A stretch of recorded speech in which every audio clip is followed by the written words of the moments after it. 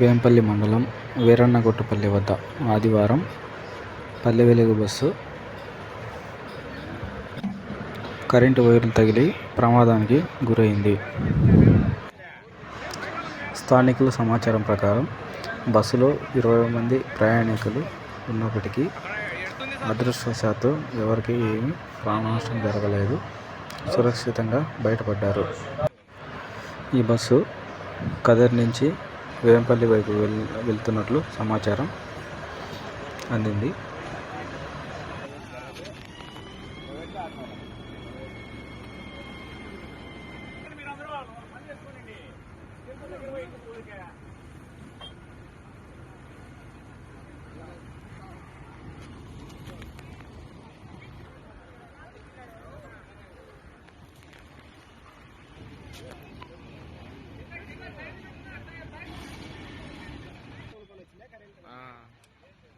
అది వీళ్ళు టైర్ కాలిపోతుంది ఆడ.